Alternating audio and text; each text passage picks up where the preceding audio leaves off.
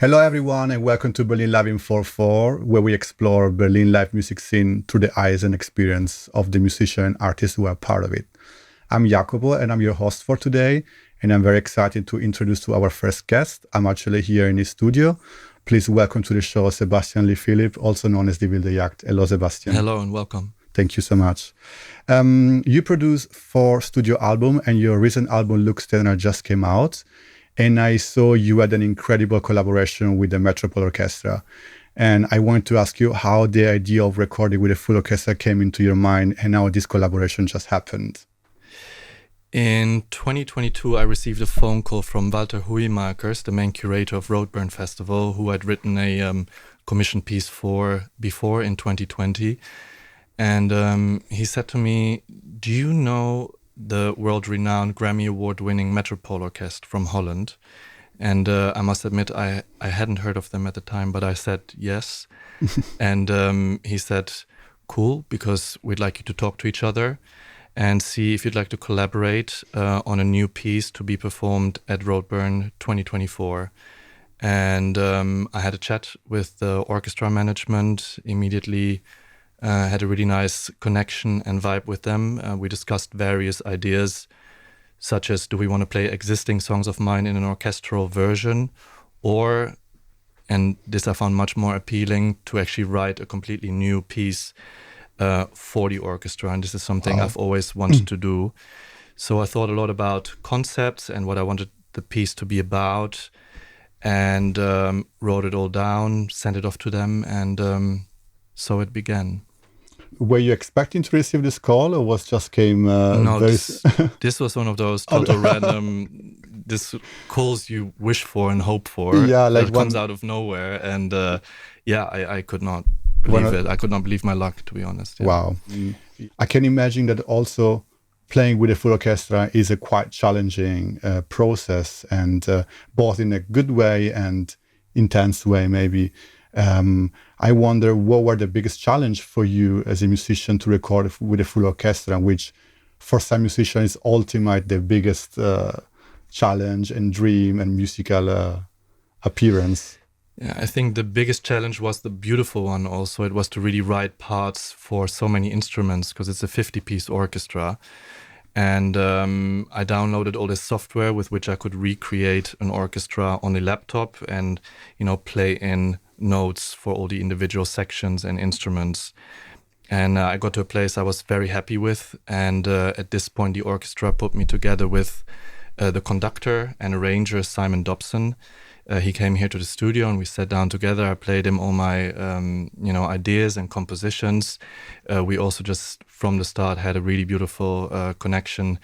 And over a course of several weeks, we then worked together on finalizing the arrangement. And he really took all the ideas I had written for rough segments of the orchestra. He transcribed those into various parts for really each and every single instrument within that section, because there are so many, sometimes identical instruments within a section. Yeah. And I think this beautiful challenge was just so enjoyable also, because it's amazing how much movement and dynamic fluctuation, these are things I'm very interested in when creating music, you can create when you have so many instruments at your disposal. Absolutely. Wow, that sounds very beautiful. I can also say that I have the luck maybe to witness where your first creative idea were born in your studio. I imagine you like being here on this table and composing the whole music, preparing for the full orchestra. Can you say that, yes, this is the place where everything happened? Yes, I like being in this room, and just spend time into, make it feel nice for me to spend time in, also for other people when they come here to visit or record, to feel good in.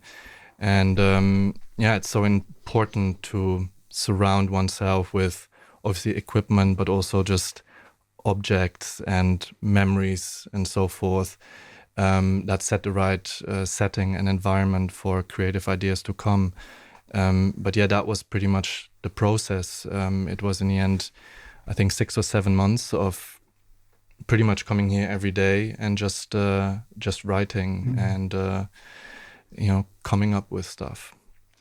it's very interesting that you mention environment and places, because as a musician myself, I think there is sometimes places in the city or in the environment that we live in that inspire us to compose music, or they can also remind us some emotions.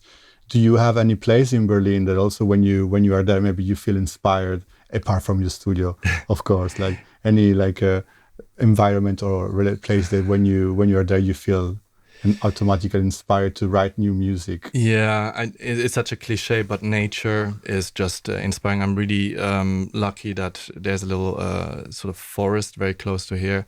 And I read about this thing, how even just, looking at trees for several minutes a day already just, sparkles some endorphins and so on. So if ever I feel a bit, like I need some breathing space or to create space for ideas to come, I do just like to take the good old walk, to be honest. Oh yeah, I can relate with that. Yeah, I think it's very important to just interrupt our mindset in a way. I don't think it's particularly healthy to just spend time only in a studio environment, for instance. I also think it's so important to just fill ourselves with interesting information, with other forms of art. I think even though making music is perhaps the main thing I do, I just love going to museums or just to see interesting places or buildings, because there's this danger of getting a bit too stuck, I think, inside one world in which all of a sudden things matter or seem to matter so much that perhaps don't matter at all, and that could just be eliminated by just clearing space in our head. And I actually think one of my favorite production techniques is to either have a nap, like that usually solves a lot of issues. Or, that's a good one. I have to remember that. Yeah, that's a very good one. Like the sofa in my studio, I think, is the most important piece of gear.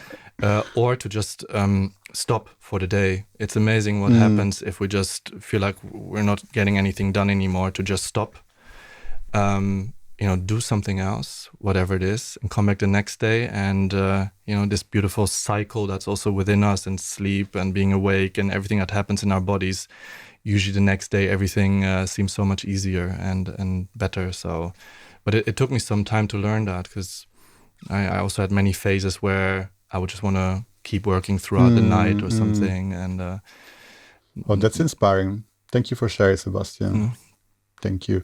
Going back to your experience with the full orchestra, one thing I was very curious about when I saw you were recording with so many musicians is that I know for experience, I'm a musician myself, and sometimes it's very hard to get together 4 people. So I wonder, how did you manage to do recording time with or rehearsal with a 50 members band?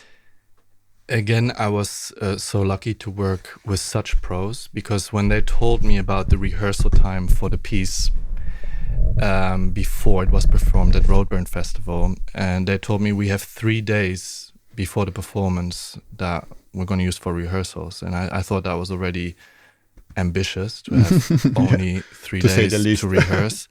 And then I assumed those rehearsal days would be 12-hour sessions or something, with like endless coffees and like into the night. And then they told me, no, rehearsals are 4 hours. I think it was 4.5 hours, including a break and stuff. And I just couldn't believe that we would be able to do all this in 3 sessions of 4 hours.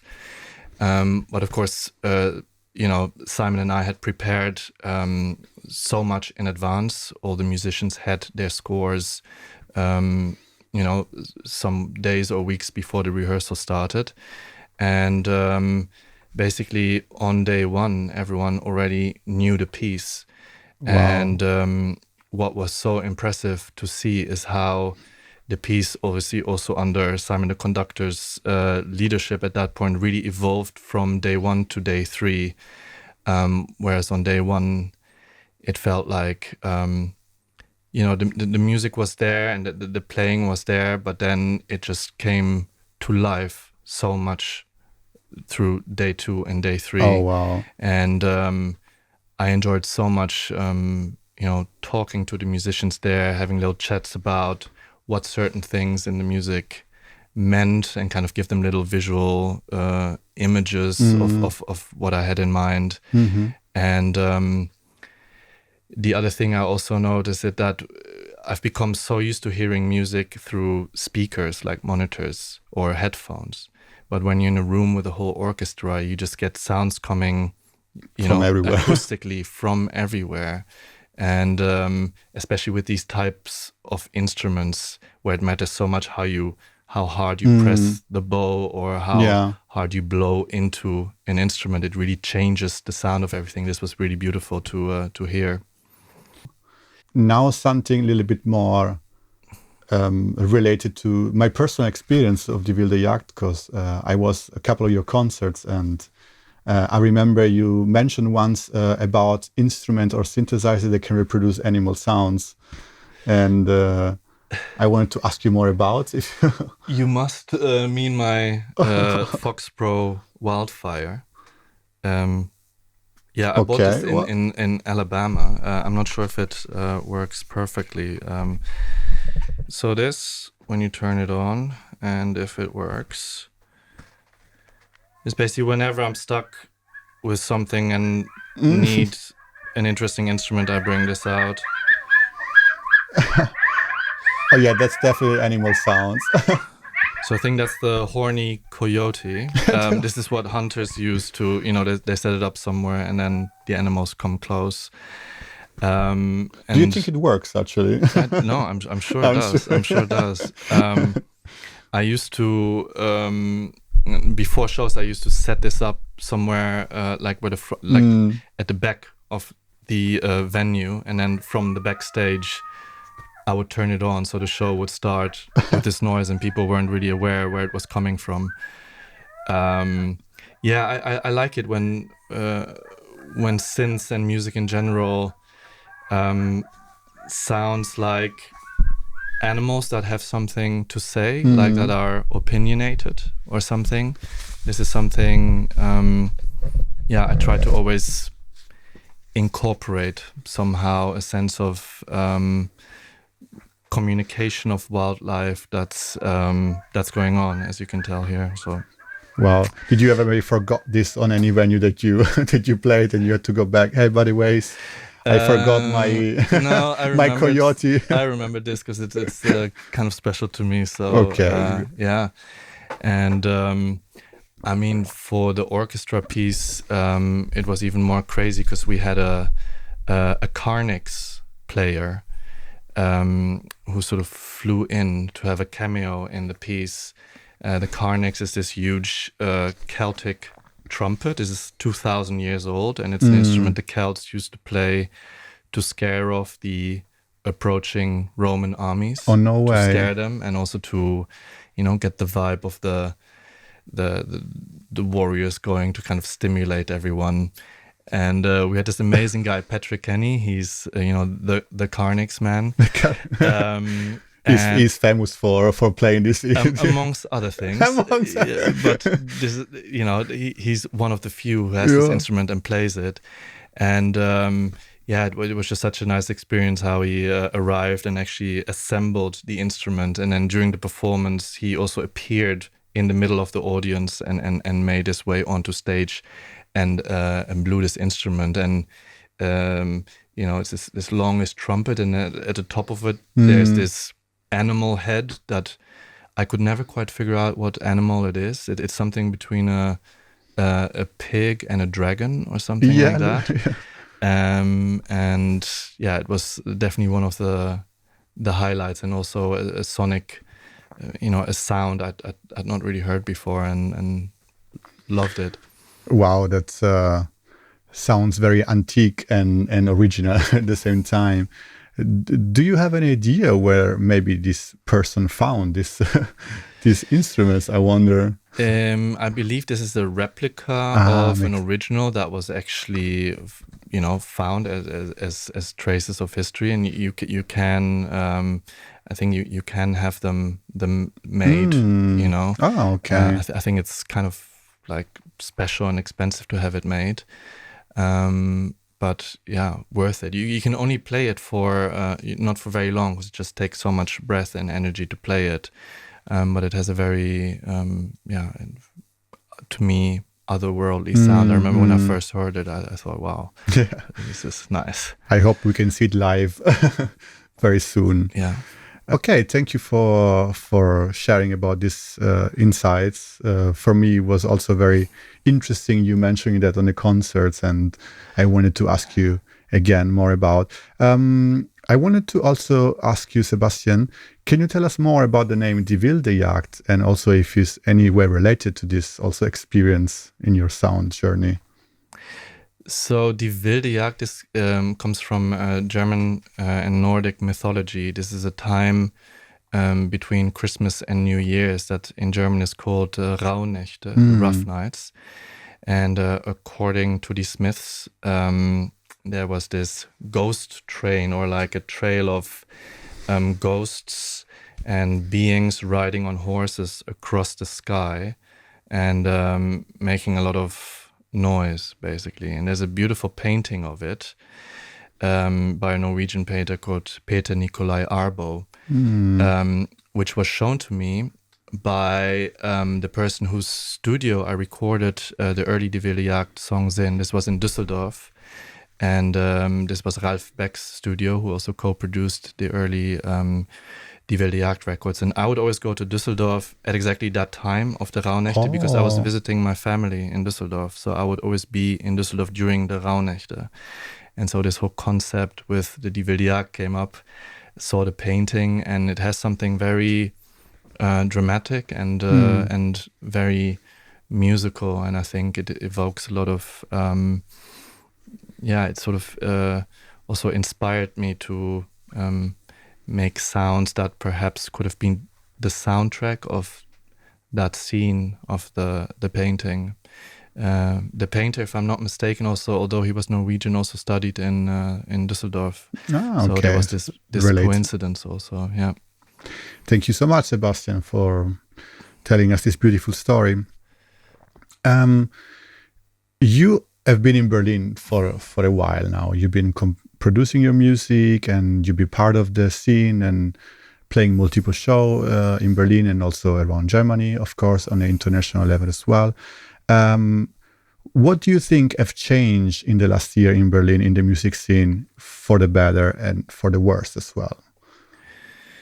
I think what I find so beautiful to see is people's enthusiasm for music. I'm friends with a lot of DJs, not so much DJs from the big electronic clubs like this. I don't know so much about, but people who DJ in smaller venues and bars, sometimes doing these all-night, sessions of just playing records. And I love to see that enthusiasm they have for finding new music, digging, as they call it. The fact that we've heard, or everyone's heard so much music, but there's still this desire and energy and enthusiasm to find new music and to share it. And then they do really nice things like release mixtapes on a cassette tape and organize little events around it. So I feel there's this really beautiful community and scene that's a bit secluded from the industry and industry standards in a way. And I find that just really inspiring and cute and cool. And also a scene I like to, sort of stick my nose into and just find out. And, when I hear them play music, often asking what it is, finding out about so much music that I'd never heard of before. So I find that there's a strong sense of this in Berlin, also to organize events and things related to music that don't necessarily have to be on a huge scale, on a commercial scale, but that's really made for the love of it. This I find something I really still associate with this city and really like.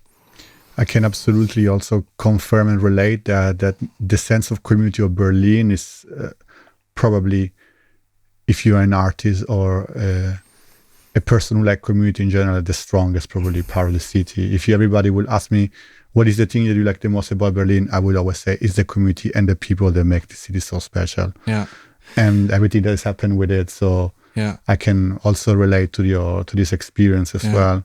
And also, it's kind of a big city, but we seem to move in somehow small circles. Like I bumped into you quite recently at a bar, completely randomly. So it's also, just a place where I think it's very easy to just always connect and reconnect with people we have some kind of connection with. And, True. And there is one thing that maybe have changed in the worst, as you remember, that maybe you dislike, or something that have changed that you wish you would stay the same. I mean, of course, we can never have things that stay the same, but something that have changed for the worst in the last 15 years of Berlin, let's say. I can't think of this so much. I mean, it's always sad when places have to go and leave, but usually new things open. And I still feel there's enough new things happening. I don't feel like Berlin is dying out of interesting places. No. So I still feel like there's just enough change and interesting stuff happening. Also for me to stay here, because I travel around a bit, I see other places, but I just always feel very at home here and comfortable coming back to this city. Thank you, Sebastian, so much for sharing. You have collected in your experience as a musician a lot of great success. You recorded 5 albums, as we mentioned. You play a fair amount of show and tour.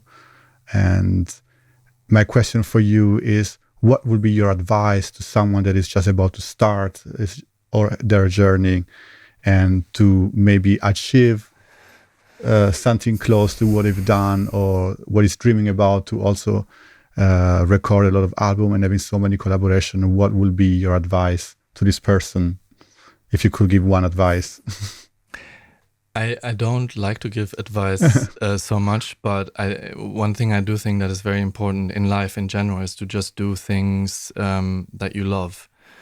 And I think it's not always actually so easy to find out and realize, what you really want to do out of the pure love and enjoyment for it. There's so many factors that come into play that might give us reasons to pursue certain, dreams. But I think the cool thing is when you do something that you really love, then it's not so important, or it shouldn't be so important if it ends up becoming successful or something, because you'll always have that thing that you really believe in, even if it means having to sometimes do stuff that you don't enjoy as much, like I've had to do, and some have to do stuff like that still. But when there's just that one thing you really live for, I feel there's nothing more important than the time we have and deciding how to spend it, really. And then I also think that it's important to not necessarily think of the things we do, such as an album or a release or a concert, as these final super meaningful things. I see a lot of people, they put a lot of expectation and hope into something they've created, and they're expecting it to set the world on fire. Yeah. And sort of are disappointed if that doesn't happen. But I think, especially when it comes to a sort of artistic career, it's important to consider just many steps within that, and take really everything we do as a step towards the future, and just remember that the actual doing needs to be connected with a lot of fun. And what I think is also really important along the way, there's a writer I really like called Ocean Vuong. He spoke about this, how important it is to make mistakes and accept mistakes, also because mistakes are somehow also the engine for change. They are what make us improve things or do things differently the next time. So that's why I think it's always important to be courageous and also not afraid to fail sometimes, because that's usually what makes things more exciting in the long run. And I think those are some things that, whether it's music or life in general, are sometimes important to remind ourselves of.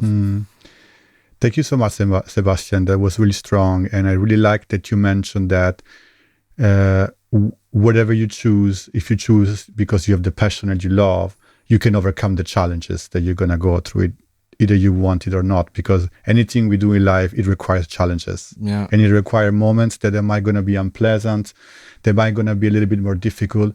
But if we have the love and the passion for what we do, we can overcome this moment. And I think that's very strong, because that's what some people maybe forget. Maybe some people see the end goal and see, oh, this person achieved so much, but they forget that behind that, there is a lot of work, there is a lot of sacrifices, and there is a lot of moments that are unpleasant, and every artist overcome them because of the love, the passion of what we do. There's that. And I think it's also so, everything's being obviously very measured today in terms of even very simple things of like how many people are following me, how many people are liking me, how many plays I've. It's very easy. That's what I meant earlier with the sort of idea that trying to figure out and realizing what is it I actually really want to do and what do I love doing.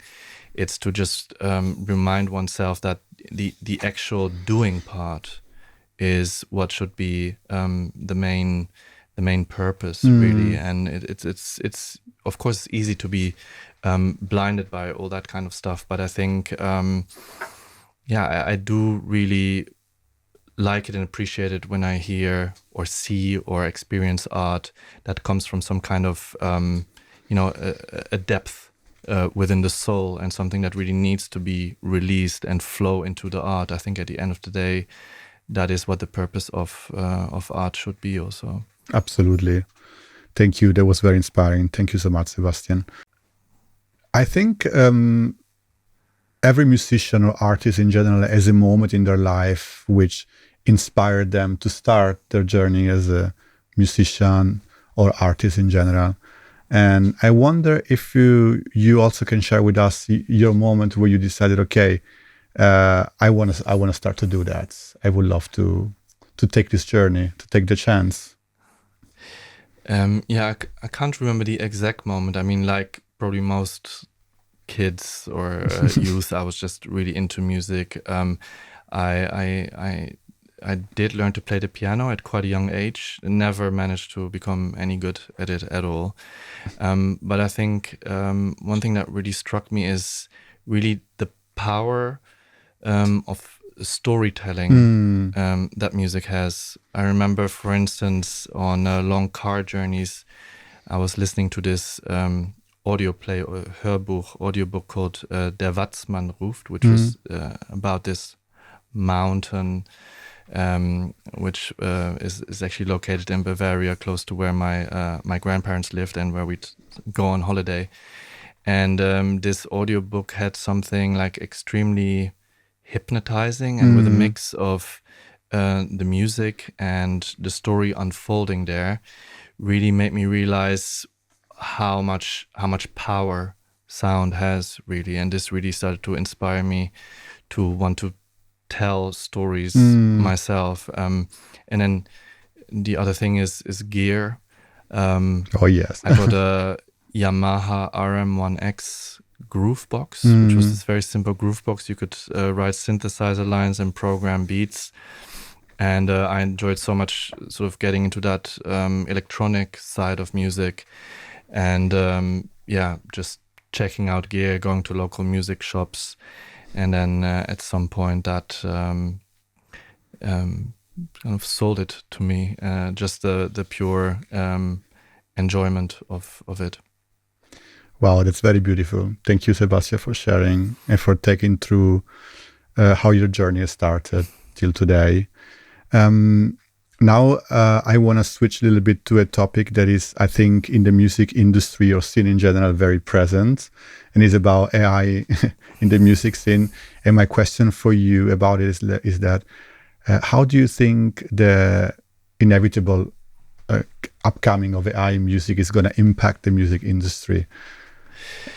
I think it's, I welcome technological change. I was thinking about this also, for instance, how much impact electricity has had on music. If I think about the electric guitar, how that changed sound forever, how synthesizers created so many new genres and changed music forever, how later samplers and computers kind of did the same. And I must say, while I find the technical abilities of what I've tested and seen AI do are just insane, completely insane, I've yet to hear it actually defining a new sound, because I do think AI is that big invention, I guess, of our time and this generation. Absolutely, it is. And I feel like with visuals, like photography or videos and stuff, there's actually such a thing as, whether you like it or not, an AI look. But I still wish there was just, and I hope some kid in some basement is right now just making something AI based that's really gonna make me and all of us go, wow, this is really setting a new trend of, like, a new sound of music that is exciting and revolutionizing everything.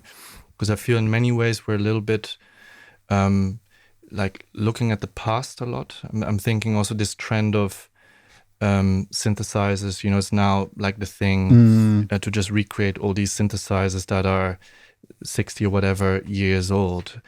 And while they do make nice sounds, and I'm also really into gear from that time, I do find it interesting that there seems to be this trend to really look at the past and trying to recreate things because we feel they sounded better then. If anything, I would be, I would love for some new stuff and some new sonic worlds to open up that I'm not even aware of at this point. But even for the new piece, I used one plugin that's AI based, and it sort of said this turns every melody you put into a group of chanting Buddhist monks or something. Oh wow! And so I played a piano line and I put it in there, and what came out of it, I mean, it sounded nothing like chanting Buddhist monks, but I loved it. Okay. It was just some weird glitchy stuff that was happening. I don't know whether it was because of a stuck MIDI note or something, but I recorded it. And I think when the technology glitches and makes mistakes, this can actually create really nice, coincidences and unexpected sounds. So I'm waiting for. You're waiting for more of that. I like that. Yeah, it's very interesting you say about mistakes sometimes opening new doors or things that we not expect. And I can also relate sometimes with this personal experience that some unexpected mistakes bring some new focus into our artistic experience. Sebastian, thank you so much. Anything else you would like to add about your album or your collaboration?